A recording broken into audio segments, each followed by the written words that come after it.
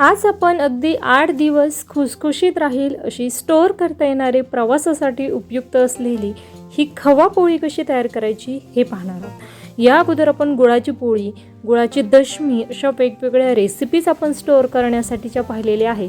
तर आपली ही खवा पोळीची रेसिपी आज देखील तेवढीच खुसखुशीत झालेली आहे। सगळ्यात महत्त्वाचं म्हणजे पौष्टिक आहे, पारंपरिक वारसा लाभलेली ही रेसिपी आहे। त्यामुळे तुम्हाला जर पारंपरिक रेसिपी आवडत असेल तर व्हिडिओला लाईक नक्कीच करा। सो हाय, मी कविता, मी तुमच्यासाठी घेऊन येत असते दररोज दुपारी 12 वाजता अशाच नवनवीन त्यासोबत पारंपरिक रेसिपी। त्यामुळे चॅनलला प्लीज सबस्क्राईब करा। आज आपण खवा पोळी कशी तयार करायची ते पाहूया।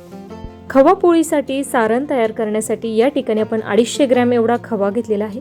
खवा घेताना ताजा फ्रेश घ्या, जेणेकरून ही पोळी तुम्हाला 8 दिवस स्टोअर करता येईल। तुम्हाला पंढरपूरच्या वारीसाठी जायचं असेल किंवा प्रवासासाठी एखाद्या पिकनिकसाठी जायचं असेल तरी देखील ही पौष्टिक आणि दमदमीत अशी रेसिपी आहे। त्यामुळे व्हिडिओ स्किप न करता शेवटपर्यंत पहा, कारण सारण चुकलं तर तुमची खवा पोळी देखील चुकते। त्यासाठी सांगितलेले छोटे छोटे टिप्स देखील तुम्हाला फॉलो करायचे। आता या ठिकाणी हा खवा छान असा आपल्याला परतवून घ्यायचा आहे।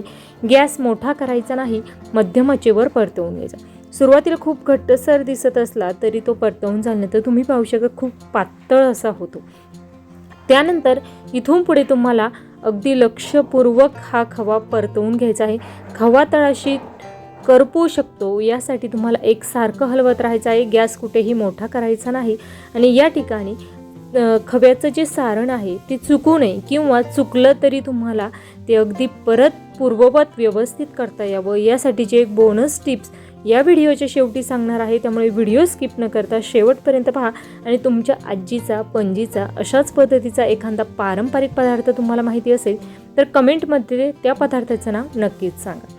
हे पहा, अशा पद्धतीने मध्यम आचेवर साधारणतः 10 ते 15 मिनटं झाली आहे। छान परतवून घेतलेलं आहे। घट्टसर हे मिश्रण परतवून झाले, पूर्णपणे थंड करून घ्यायचं। तोपर्यंत आपण त्यासाठीची कणिक भिजवून घेऊया। त्यासाठी गव्हाचं पीठ घेतलेलं आहे।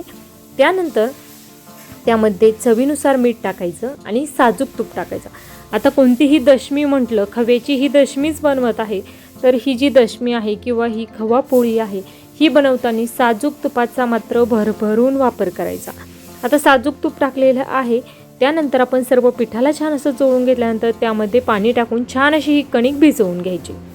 जेवढी जास्त तुम्ही कणिक व्यवस्थित अशी भिजवून घ्याल तेवढी मऊसूत आणि खुसखुशीत ही खवा पोळी होणार आहे।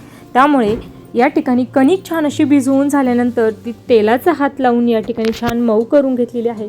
त्यानंतर आपण 20 मिनिटासाठी अशीच झाकून ठेवूया, जेणेकरून छान ती भिजली जाईल। त्यानंतर या ठिकाणी आपण पाऊण वाटी एवढी साखर घेतलेली आहे। ती साखर छान अशी आपल्याला मिक्सरला दळून घेतलेली आहे। त्यानंतर खवा देखील छान असा थंड झालेला आहे, यामध्ये टाकूया साखर। आता या ठिकाणी साखरेचं प्रमाण तुम्हाला जर कमी अधिक करायचं असेल तरी देखील करू शकता। खवा ज्यावेळेस आणला त्यावेळेस मी मोजून घेताना या वाटीच्या मापाने मोजला होता, तो 1 वाटी होता।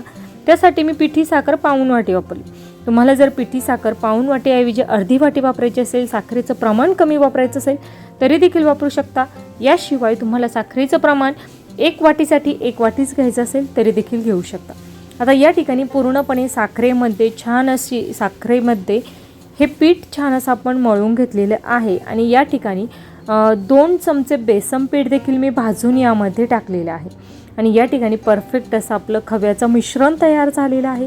पीठ देखील छान असं भिजलेलं आहे। आता या ठिकाणी बऱ्याचदा साखर यामध्ये ॲब्झॉर्ब केल्यानंतर त्याला पाणी सुटतं, ओलसर असं मिश्रण होतं। त्यावेळेस बेसन पीठ मंद आचेवर छान सुगंध येईपर्यंत भाजून घ्यायचं आणि त्यामध्ये हा खवा छान असा मिक्स करून घ्यायचा। हे एक बोनस टिप्स आहे, जेणेकरून तुमचं मिश्रण अजिबातही चुकत नाही। हे पहा, खूप छान असं आपलं छान असं मिश्रण तयार झालं आहे। ज्या पद्धतीने पुरणपोळी करतो त्या पद्धतीनेच यामध्ये खव्याचं हे मिश्रण भरायचं आणि ही पोळी छान अशी लाटून घ्यायची। आता ही जी दशमी आहे ती जर तुम्हाला प्रवासासाठी न्यायची असेल तर ती थोडीशी जाडसर लाटली तरीही चालणार आहे, किंवा तुम्ही घरच्यासाठी तुम्ही ही बनवत असाल आणि तुम्ही ती स्टोअर करून ठेवणार असाल 8 दिवसासाठी, तरी तुम्हाला ज्यावेळी ती खाण्यासाठी सर्व करायची आहे त्यावेळेस थोडंसं साजूक तूप लावून तुम्ही ती गरम करून खाऊ शकता। अगदी एकदा बनवून 8 दिवस स्टोअर होणारी ही रेसिपी आपल्या आजीचा लाभलेला हा पारंपरिक वारसा आहे। त्यामुळे तुम्हाला जर आजीच्या हातच्या अशा पारंपरिक रेसिपी जर आवडत असतील तर एक कमेंट करायला विसरू नका आणि चॅनलला प्लीज सबस्क्राईब करा, कारण वर्षभर एकही दिवस सुट्टी न घेता आपण नेहमी दररोज दुपारी 12 वाजता अशाच भरपूर टिप्स आहेत आणि सर्वात महत्त्वाचं म्हणजे कविताच किचनवर पौष्टिक आणि हेल्दी रेसिपीज दाखवल्या जातात. त्यामुळे प्लीज चॅनलला सबस्क्राईब करा.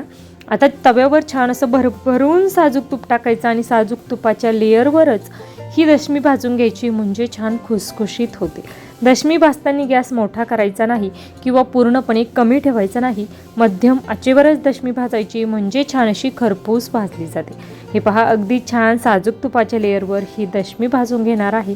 अगदी रेसिपी आवडल्यास कमेंट करा, लाईक करा, शेअर करा आणि हो, उद्या दुपारी 12 वाजता तुम्हाला कोणती रेसिपी माझ्या चॅनलवर पाहायला आवडेल हे देखील नक्कीच सांगा. हे पहा, खूप छान अशी आपली ही दशमी तयार होत आहे. आता एवढ्या पिठामध्ये साधारणतः आपल्या 7 ते 8 दशम्या तयार होणार आहे. अगदी तुम्ही आकाराने लहान मोठ्या कशा पद्धतीच्या बनवता त्यावर देखील ही संख्या कमी अधिक होणार आहे, परंतु अशा पद्धतीच्या जेव्हा मी दशम्या बनवते त्यावेळेस 7 ते 8 दशम्या तयार होतात. छान अशी दशमी तयार झालेली आहे. अशाच पद्धतीने आणखीन एक दशमी मी तयार करून घेतलेली आहे. किती खुसखुशीत झालेली आहे हे मी तुम्हाला आता दाखवणारच आहे. खूप रंग छान आलेला आहे आणि चवीला अतिशय छान लागते. अगदी पुरणपोळीच्या चवीला मागे टाकणारी ही दशमी एकदा नक्कीच बनवा. हे पहा, किती छान खुसखुशीत तयार झाले आहे. वेळात वेळ काढून माझी रेसिपी शेवटपर्यंत पाहिल्याबद्दल धन्यवाद.